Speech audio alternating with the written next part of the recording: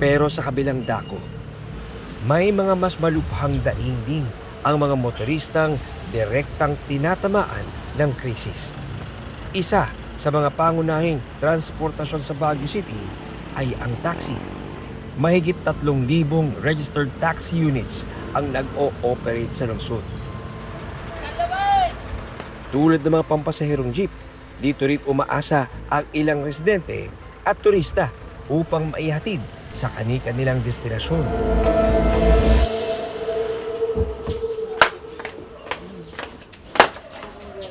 Isa si Jose Ramirez sa mga matatagal ng taxi drivers sa syudad. Taong 2021 raw nang mag-umpisa siyang magmaneho ng taxi sa Baguio. Sa okay pong araw, magkano po yung average niyo pong inuuwing kita sa pamilya tuwing tapos ng pamamasada? Mga 1,000 lang, sir. 1,000. 1,000 a day? A day. Okay. Ano yun, sir? Yung biyahe nyo, mga ilang oras yun? 12 hours. Yan, sir. Ngunit nitong Marso, nagbago ang lahat. Ang dating 1,000 pisong kita kada araw, naging 200 piso na lang. Napupunta raw kasi sa crudo at boundary ang halos kalahating araw niyang pagbiyahe. 1 week na yun, sir. Na nasubukan ko na kulang yung maiwi. Hindi sapat sa aming pamilya po.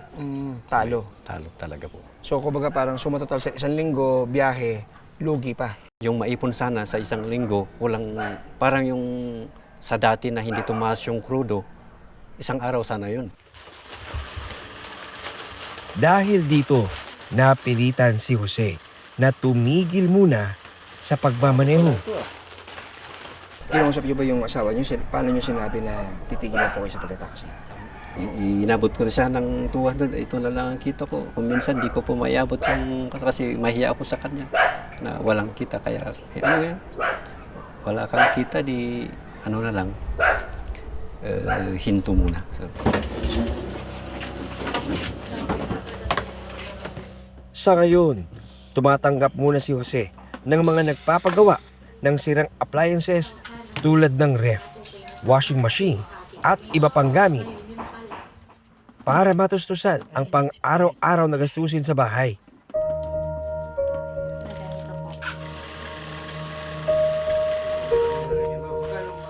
Ang kanyang misis na si Melanie, dumiskarte na rin.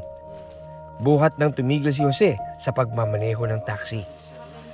Nag-umpisang manahi si Melanie ng ventilation tubes na ginagamit ng mga minero sa Itogon, Benguet. Ano po ito? 20 meters. Ang haba po. Ma'am, dati mo na ginagawa talaga ito? Hindi po, ngayon lang po na ano siya sa pagta-taxi po. Niloan ko po para makapagtahi ako ngayon. Ngayon lang din po ako binigyan ng ng gagawin doon sa sa Itogon po. Parang kumbaga ma'am, dati share lang. Ito, Opo, tulungan na ngayon, tulungan na. Apo, natapos ba na po? Sa kasalukuyan, sa mga order lang na ito, umaasa ang mag-asawa. Wala kami pag-upunan. Kaya, yun, naghanap kami ng... Nakita ko naman yung kaibigan ko, nagpapagawa siya ng ganito. Kaya sabi ko, subukan ko po. Ilang linggo ka na ma'am na nagaganito? O Hilain. buwan na ba? May buwan na? Nag-start po ako nung March 28. 28. Opo, kaya parang wala pang isang buwan. Oo. April pa lang yun.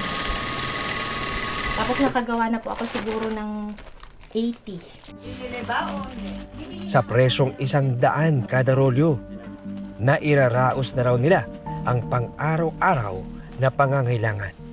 Kasi ginagawa ko po kahit gabi. Makaabot. Para makaabot po kasi ang dami kong bayarin. Pero ang hirap din po, sakit sa likod nito.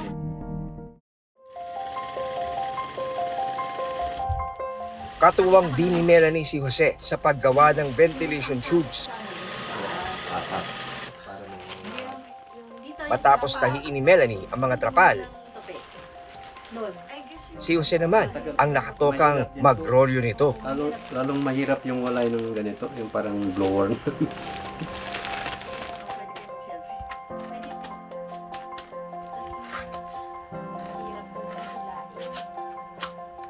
Sir Jose, ano po ba ito? Ano to? Katulungan sa pagro-roll ng ano po, ventilation tube. Sir. Ventilation tube. Ano to? Yes, sir. Binili niyo to, sir? Hindi po, ginawa ko po to sir ng isang araw. Ginawa niyo lang.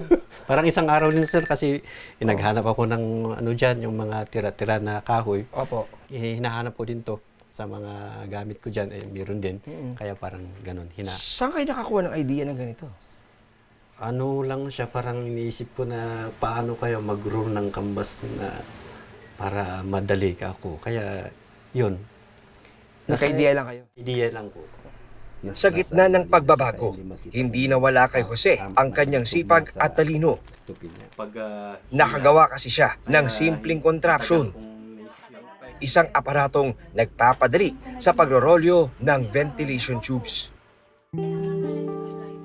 Dahil may natatagong talento sa pagkukumpuni ng kung ano-anong mga bagay, gumawa rin si Jose ng sarili niyang solar panel para makabawas sa gastusin sa kuryente.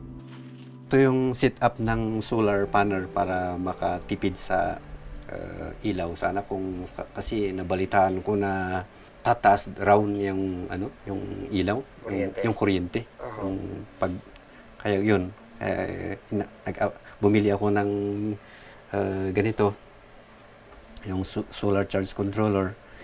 Ang kulang lang dito yung inverter at saka yung solar panel. Although pinakita na ako solar panel, sir eh. O kailangan mas malaki. Yung 100 watts yan. Punta dyan. Ano ang mga pwedeng patakbuhin po nito pagka kumpleto na? Pwedeng electric pan, pwedeng grinder, pwedeng TV. Para malaking bawas na. Parang opo.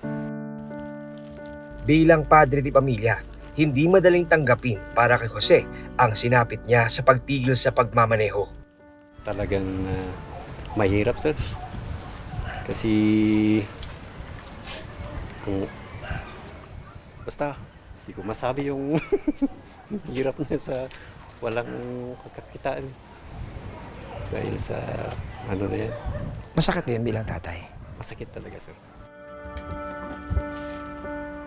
Ang fuel subsidy na nagkakahalaga ng 3,000 pesos na nakuha niya mula sa lokal na pamahalaan, panandali ang nakatulong sa gastusin. Kulang yun din, sir. Kulang yung 3,000 na yun. Yan lang natanggap ko lang, sir. Isa lang. Sa krudo pa lang, hindi abot. Boundary at kulang pa sa crudo, sir. Yan, boundary at pag-crude, pero kailangan dagdagan para pang-crudo. Inuna muna namin yung parang assistance muna sa kanila, no? Kasi because of the limited fund ng LGU natin. So, yan muna ang binigyan natin ng pansin, yung public transport muna, no? Kaya lang, yung mga request na ng mga drivers is talagang mababa pa rin yung pamasahe natin, ano?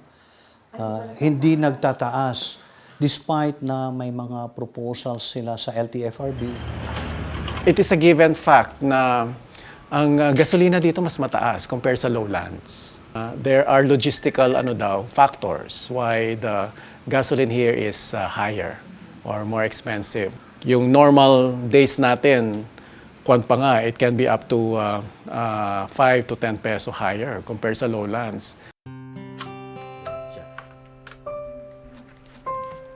Sa ngayon, patuloy muna siyang magrorolyo habang naghihintay ng rollback sa presyo ng krudo. Kasi gusto ko din yan, bumalik sa pagdadrive. Doon ko binubuhay yung aking pamilya, pagdadrive. So, anong panalangin niyo, sir? Anong dasal niyo ngayon? Sana bumaba yung presyo ng diesel para bumaba naman yung bibilhin para lahat-lahat ay medyo makarelax.